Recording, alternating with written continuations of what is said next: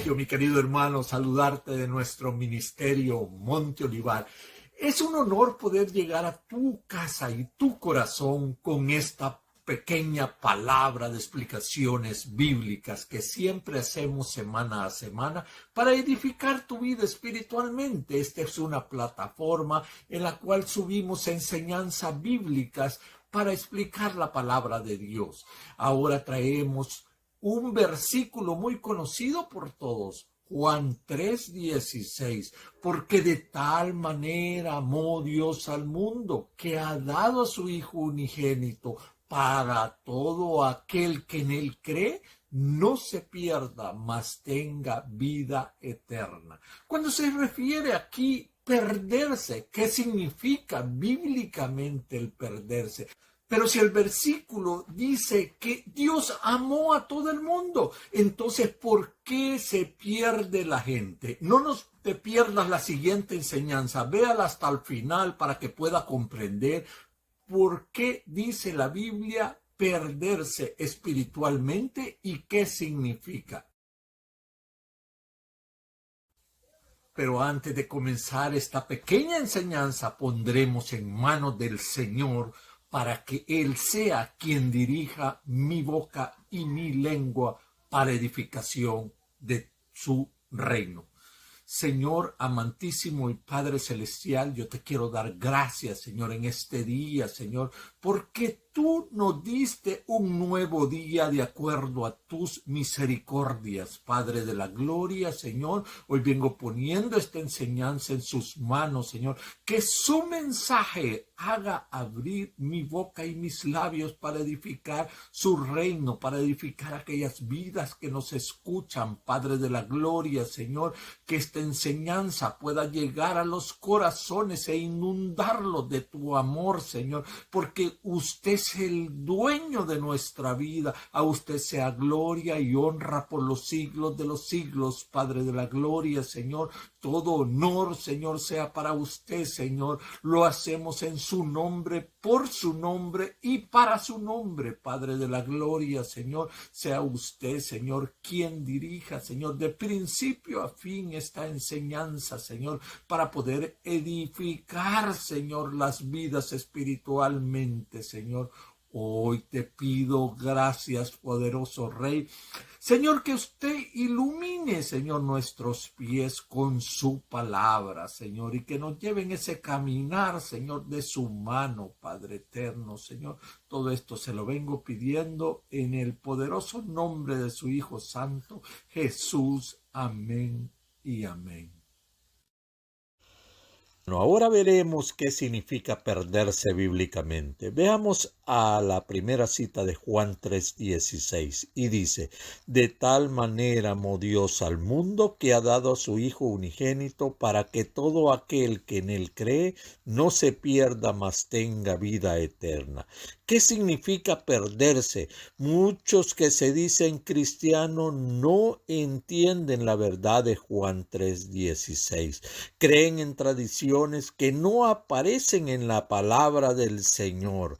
Creen en la doctrina pagana del alma inmortal. Pero veamos la palabra griega traducida como se pierde, y es apolumi, y esto significa en la voz activa destruir totalmente, dar muerte. Por ejemplo, en Mateo 10:28 dice la palabra: y no temáis a los que matan el cuerpo, mas el alma no pueden matar. Temed más bien a aquel que puede destruir el alma y el cuerpo en el infierno.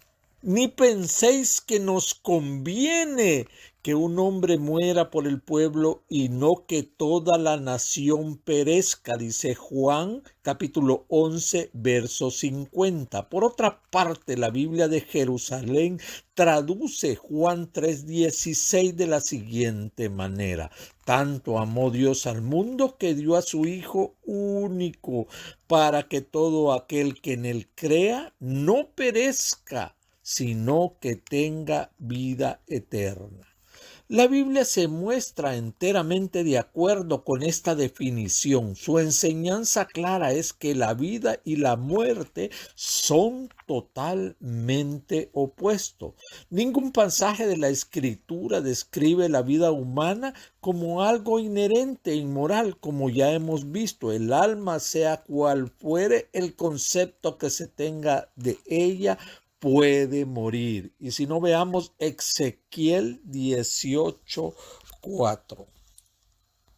He aquí que todas las almas son mías, como el alma del Padre, así el alma del Hijo es mía. El alma que pecare, esa morirá. Dios prometió pronunciar juicio sobre cada alma culpable. Ninguno de los que debería ser castigado por sus pecados escaparía a ese juicio. La palabra almas no debe entenderse en términos de espíritu desencarnados. El alma hebrea es nepes, representaba la totalidad de la persona o la fuerza vital dentro de ella. Algunos creen que Ezequiel solo trató con la vida o la muerte física en estos pasajes. El problema con esto es que seguramente hubo personas relativamente buenas e inocentes que murieron físicamente en el juicio que cayó sobre Jerusalén y Judea. El libro de Job y toda nuestra experiencia personal nos enseña que a veces los malvados prosperan en esta vida y los justos sufren. A veces pensamos esto, mi querido hermano. En este pasaje, Ezequiel debe tener en mente principalmente la vida y la muerte eterna de las personas. Dios prometió pronunciar juicio sobre cada alma culpable. Ninguno de los que deberían ser castigados por sus pecados escaparía a este juicio. Entonces, como podemos ver en este versículo, dice que el alma que pecare, esa morirá. Esto significa, mi hermano, que el pecado te llevará a la muerte, refiriéndose acá a la muerte espiritual, que te llevará a no tener una vida eterna, sino una condenación eterna. A esto se refiere a perderse espiritualmente, lo que vimos anteriormente, la raíz griega apolumi, que es la destrucción total. Entonces el Señor murió por todos, pero el pecador no va a salvación, sino a condenación. Esto hace la diferencia en el creer en Dios, pero además de creer en Dios, debe de creerle a Dios y sus promesas y su palabra, ya que solo sus verdaderas ovejas oyen su voz. Y si vamos a Juan 10:27, dice, mis ovejas oyen mi voz y yo las conozco y me siguen. En el término hebreo, el oír es obedecer, es decir, que solo existe un solo comando para esta raíz. Y si usted está obedeciendo, no irá a condenación eterna, pues está creyendo en ese Salvador eterno de su vida, lo cual llevará a que usted viva plenamente. La palabra de Dios revela que la inmortalidad no es algo que ya tenemos, sino algo que debemos buscar. El libro de Romanos en su capítulo 2, versículo 7 nos dice, vida eterna los que perseverando en bien hacer buscan gloria y honra e inmortalidad. Es decir, que se busca la gloria y honra. No es que ya viene dentro de ti la salvación. Tienes que buscar la gloria y la honra de nuestro Señor. Es decir, creer en su palabra, creer al Espíritu Santo. Esa verdaderamente. Y además dice vestirse. Vamos a ver qué dice Primera de Corintios, capítulo 15, versos 53 y 54. Y leemos, y dice, porque es necesario que esto corruptible se vista de incorrupción y esto mortal se vista de inmortalidad. Y cuando esto corruptible se haya vestido de incorrupción y esto mortal se haya vestido de inmortalidad, entonces se cumplirá la palabra que está escrita, sorbida es la muerte en victoria. ¿Ves la relación, mi hermano, de inmortalidad? porque se viste de incorrupción. Es decir, que no hay variación, que es incorruptible, no es corruptible. Esa es la palabra del Señor. Si tú quieres tener victoria sobre la muerte, es necesario que le obedezcamos a la voz de nuestro Señor. El propósito de Dios es salvarnos de la muerte eterna, que no perezcamos. Así lo expresa el apóstol Pablo en 1 de Timoteo capítulo 2, versos 3 y 4, y dice: esto es bueno y agradable delante de Dios nuestro Salvador, el cual quiere que todos los hombres sean salvos y vengan al conocimiento de la verdad. Dios desea que la humanidad no muera para siempre. Una de las definiciones de apolumi, como ya vimos, es morir. Sin embargo, muchos en el cristianismo tradicional creen que nadie muere porque tenemos un alma inmortal que jamás puede dejar de existir. Las escrituras enseñan todo lo contrario. Quienes permanezcan sin apartarse del mal perecerán en el lago de fuego. Apocalipsis 21, versos 7 y 8 dice: el que venciere heredará todas las cosas, y yo seré su Dios, y él será mi hijo. Pero los cobardes e incrédulos, los abominables y homicidas, los fornicarios y hechiceros, los idólatras y todos los mentirosos tendrán su parte en el lago que arde con fuego y azufre, que es la muerte segunda. Los malos incorregibles van a perecer en el lago de fuego, serán castigados con la muerte segunda, de la cual no hay resurrección. En esto consiste el castigo de la muerte eterna, como dice Romanos 6:23. La paga del pecado es muerte, mas la dávida de Dios es vida eterna en Cristo Jesús, Señor nuestro. No somos inmortales todavía. La vida eterna es un regalo de Dios.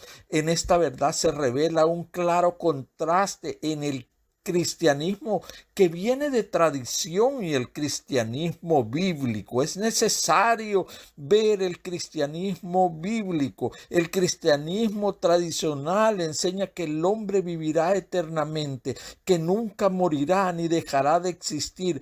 Por el contrario, el cristianismo bíblico enseña que los pecadores que no se arrepientan perecerán en un lago de fuego, que sufrirán la segunda muerte, la muerte eterna, y dejarán de ser como si nunca hubieran existido. La buena noticia es que quienes realmente creen en Cristo se arrepientan de sus pecados y se bauticen, tal como lo enseña Hechos 2:38. Si permanecen fieles, no morirán para siempre, recibirán el don de la vida eterna. Quienes realmente vivan conforme a Juan 3:16, el versículo que hemos estado estudiando, no morirán, sino que tendrán vida eterna, tal como nuestro Señor lo promete. Qué privilegio tan grande gozar de esa vida eterna, ver cara a cara a Jesús y estar con Él la eternidad, mi querido hermano. Es un mensaje